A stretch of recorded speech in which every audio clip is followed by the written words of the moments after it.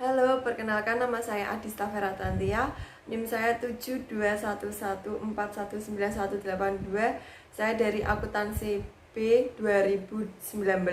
Di sini saya akan menjelaskan tentang sistem informasi manajemen bab 5.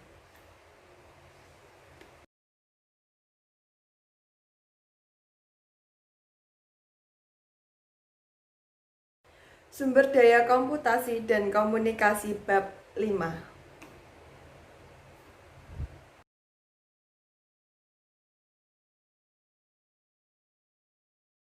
Peranti keras. Di dalam peranti keras ada fitur-fitur. Yang pertama, prosesor, memori, kapasitas, penyimpanan, alat input, dan alat output.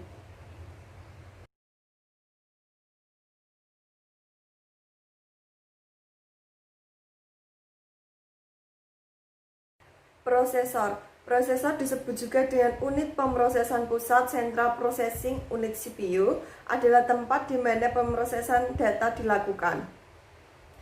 Kecepatan prosesor diukur oleh siklus yang terjadi per detik, dan angka ini telah berkembang dengan secara cepat. Kekuatan komputer dipengaruhi oleh ukuran Word, dan kecepatan prosesor juga diperbaikan dalam proses akan memungkinkan operasi seperti penambahan, perbandingan, dan nilai-nilai data dikerjakan dalam siklus sedikit.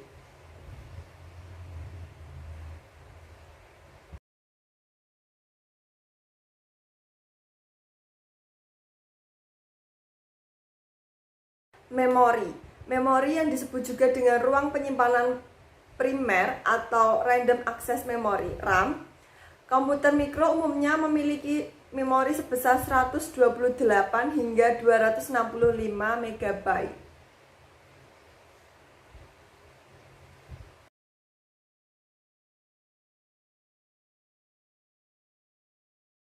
Ruang penyimpanan itu dibagi menjadi dua, yaitu ruang penyimpanan tetap dan ruang penyimpanan yang dapat dilepas.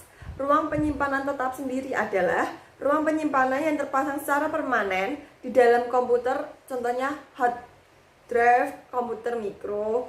Sedangkan penyimpanan yang dapat dilepas biasanya berbentuk pita disk, dikenal juga dengan disket.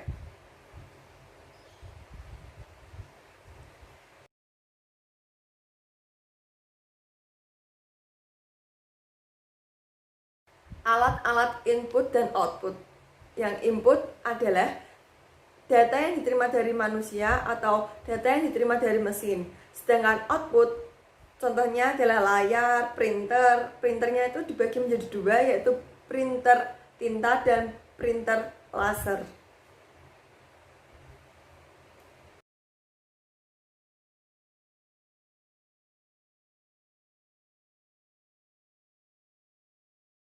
Alat komunikasi pribadi. Yang pertama, telepon seluler dengan pesanan dan video interaktif. Yang kedua, telepon seluler cerdas.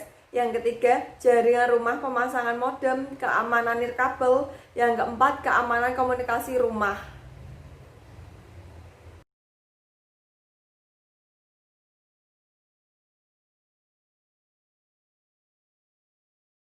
Peranti lunak. Peranti lunak adalah sistem dan aplikasi. Peranti lunak sistem sendiri adalah kegunaannya menjalankan tugas-tugas mendasar yang dibutuhkan di seluruh pengguna dari komputer tertentu. Peranti lunak aplikasi kegunaannya ada dua, yaitu peranti lunak siap pakai telah tersedia, bisnis tidak menunggu pemrogramer, mengembangkan selama 3 atau 6 minggu. Yang kedua itu peranti lunak siap pakai lebih murah daripada peranti lunak khusus.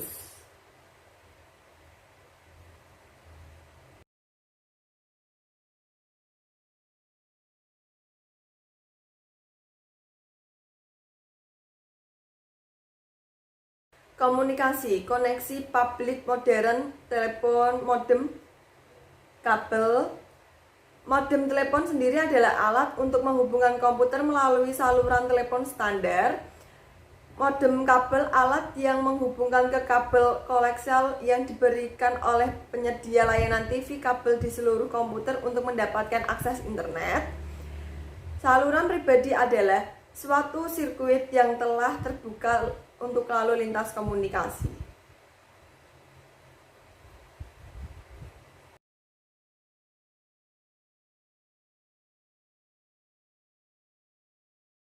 Jaringan pribadi maya.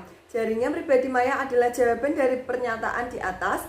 Peranti lunak tunneling sebenarnya hanya ditetapkan seperangkat lokasi-lokasi perantara telepon yang akan menyelenggarakan transfer komunikasi ke data tertentu.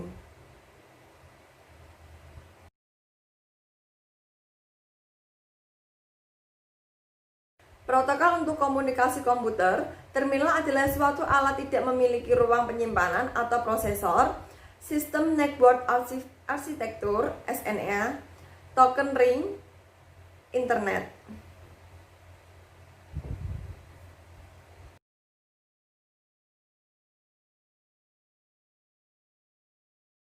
Paket dan jaringan.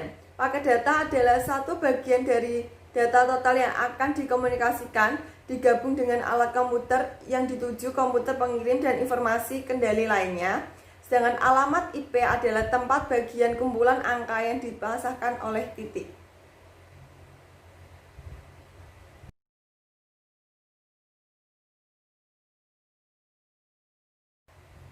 Jenis-jenis jaringan ada 3, yaitu area jaringan lokal, yang kedua internet, yang ketiga konvergensi komputasi dan komunikasi.